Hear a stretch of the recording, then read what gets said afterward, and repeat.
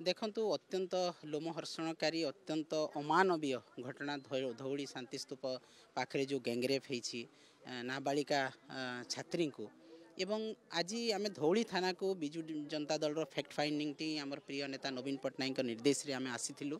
एवं fact finding team ये जहाँ देखला आमको दुख लगुच कारण गोटे थाना धौली थाना रे महिला ऑफिसर नहांती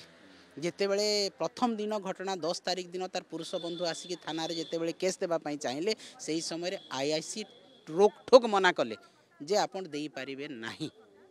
तापरे साधारण गोटे केस कराई तापरे जे 12 तारिख दिन से झील आसिला ता माँ आसिला आसिला परे महिला आईआईसी को डका हैला अन्य थाना तापरे जे तार बयान रेकर्ड होती केते दुखर कथा जे गोटे महिला 10 तारिख रु रेप होती राति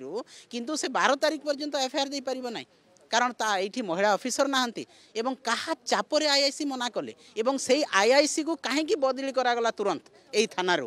ये महिला शिशु डेस्क चलुनी जोटा कि गोटे थानार सबुठु मुख्य 50% महिला 50% पुरुष आपण महिलार केस रखा से रेप गोटे होती से क्या पाखे कह गोटे पुरुष पाखे कही पार आज महिला शिशु डेस्क केवल धौली थाना नुह ओडिशार 600टी थाना आज महिला एवं शिशु डेस्क काम करूनी तो किते दुखर कथा भुवनेश्वर छाती उपरे आज 28टी रेप एंड मर्डर केस है 6 मास भितर यहाँ माने प्रत्येक दिन मर्डर प्रत्येक दिन राहजानी प्रत्येक दिन अपहरण प्रत्येक दिन रेप केस गैंगरेप केस तो निश्चित भाव में सरकार धिक्कार हो सरकार को मोहन माझी सरकार को आम धिक्कार करुछु तांकर पदमर्यादा को धिक्कार करुछु तांकर मान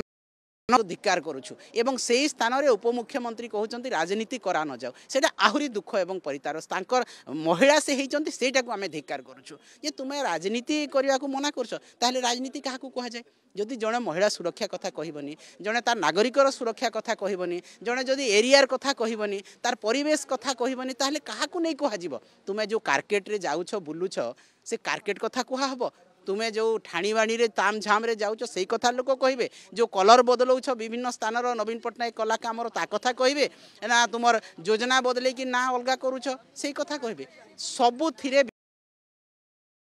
न्याय देवारे विफल आईन श्रृंखला परिस्थिति विपर्यस्त प्रत्येक क्षेत्र में अपारग सरकार विपर्यस्त तार आईन श्रृंखला समस्त क्षेत्र में विफल होती राजनीति अर्थनीति सामाजिक स्थिति आज ओडिशार संपूर्ण भाव में ध्वंस होती तेणु आमे ए डबल इंजिन सरकार को धिक्कार करुछु एवं चेतावनी दौछु जे जो दिन महिला तातिबे एई गादी रु मध्य आपण मान को उठेई दे पारिबे।